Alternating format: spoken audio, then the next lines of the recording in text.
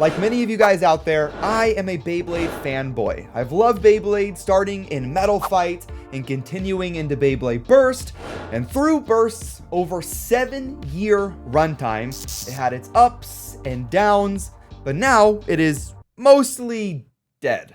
And I think that that is okay, and probably even a good thing. That's a hot take, I know. Some of you may unsubscribe for that, but I hope you don't. In fact, if you're not subscribed, hit that subscribe button. I think it's a good thing that Beyblade Burst is dead, and in this video, I'm going to talk about why it's dead, why it's a good thing, and then why Beyblade itself is not dead. First up is why Beyblade Burst is no longer alive. Starting with the anime, we know that Quad Strike is over, and it's been over for a couple of months. In fact, they didn't even have a Quad Strike anime in Japan. It was like a Western only thing. But we already knew that, and I already made a video talking about that. But what some people don't realize is that the Beyblade anime is pretty much just a really good commercial for the beys themselves. Takara Tomy and Hasbro aren't making a ton of money from the anime. They're making a ton of money from the beys themselves, which the anime does a great job showing off and making them look cool. The beys themselves are much more important than the actual TV show, and that's probably why the later seasons of Beyblade Burst were not nearly as good as the first few, because it didn't really matter that much. I don't really agree with that. I think they should make the anime really good regardless, because that's just going to make the beys look even better, but that's just how it is. And that's the first part to why Beyblade Burst is gone. The anime is no longer airing, and there might be some episodes on YouTube, or might be some reruns on TV, but for the most part, it's over. Before we move on to the second part, this video is sponsored by Mall of Toys. They have a bunch of Beyblade X stuff up for pre-order right now, like Leon Claw, Viper Tail, and they have older releases like Duran Sword and Hell Scythe. So definitely go and check them out. Links in the description down below. There's also going to be a QR code somewhere that you can scan and use code ilinnuc to get 5% off of your first purchase. So now let's move on to the second part as to why Beyblade Burst is dead, and that would be that there's really no beys on the shelves anymore. This may be an area or a store specific thing, but a lot of the Targets I go into are completely devoid of Beyblade. Like, look at this video I recorded at my last time at Target, and you can see that the shelves have been taken over by Bakugan. They have a couple of Beyblade things, like a more expensive quad drive set that have been sitting there forever, and then they have that triple Pro Series set. They also had one single Quad Strike booster for like 70% off clearance. It was only $3. To be fair, it could have just been the Target that I was at not really having a lot of stuff, and maybe they have more at Walmart's or other Targets, but you can really see the stock is just trickling down, especially when you compare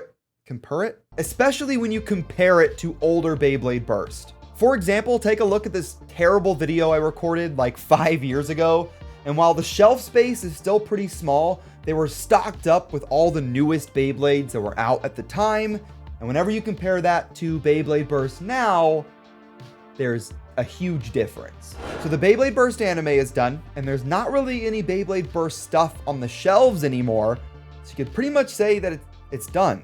So now let's move on to why I think it is a good thing that Beyblade Burst is dead, and it has to do mostly with Beyblade X. I know there's a lot of you guys out there that don't have Beyblade X yet, or maybe you don't like it, maybe you're not fully sold on it yet, but it's still the future of Beyblade, and I think that's what we should be excited about. Beyblade Burst started in 2015 in Japan, and it ended in 2023 here in the US. That is 8 years. And in that time, we saw over 200 Beyblade Burst releases. We saw the beys go from being able to burst and being really simple to being really overly complex and heavy and really not bursting at all. We saw almost every single gimmick possible, like a suction cup driver. Beyblade Burst really accomplished a lot. I mean, it brought a lot of you guys into the community for the very first time, and it also helped me grow my YouTube channel to what it is today. But after all these years, I think it's time to let it go and embrace what's coming up next, which is Beyblade X. And I want to go back to what I said earlier about some of you guys not really liking X so far, or just not really being sold on it. I still get a lot of comments from you guys saying you don't really like how simple Beyblade X looks, and that the bay designs are just kind of mid. And I don't really agree, but I can see where you're coming from. But it's also the very beginning of Beyblade X. Compare the later releases of Beyblade Burst to the very beginning of Beyblade Burst. There's a big difference. Compare the end of Metal Fight to the beginning of Metal Fight, and once again, huge difference. This is something that I saw in Beyblade Burst as well. Here's a bit of a funny story.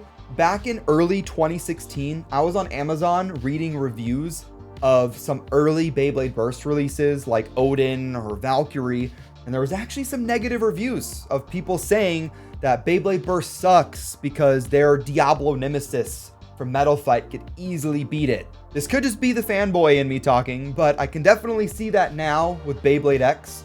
People comparing early Beyblade X to like the later releases of Beyblade Burst, and there's really not a competition there, but you got to see the potential in Beyblade X. What's it going to be like in Season 2 or Season 3? In my opinion, I definitely think this early Beyblade X looks a lot better than early Beyblade Burst and early Metal Fight. I personally didn't even get into Beyblade Burst until midway through like Dual Layers, like Season 1, because the original Valkyrie and Spriggan just didn't seem that interesting to me. And I think that Beyblade X has a much, much stronger start. It has a really cool gimmick, and it also keeps the Burst gimmick alive.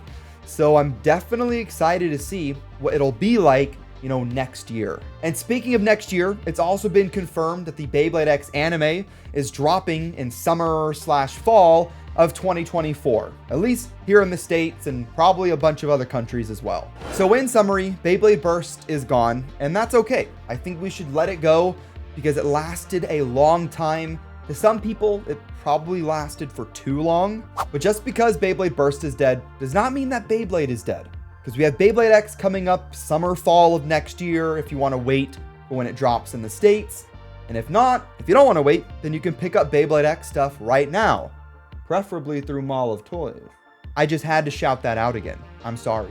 But I'm really interested to see what you guys think. Let me know in the comments down below if you guys are happy that Beyblade Burst is gone, if you're sad, if you're a mix of both. And I also want to know how excited you are for Beyblade X and the future of Beyblade over the next several years. If you like this video, hit the like button down below, hit subscribe to join the Nook Nation. I'm interested to see what you guys say, and I'll see you in the next one.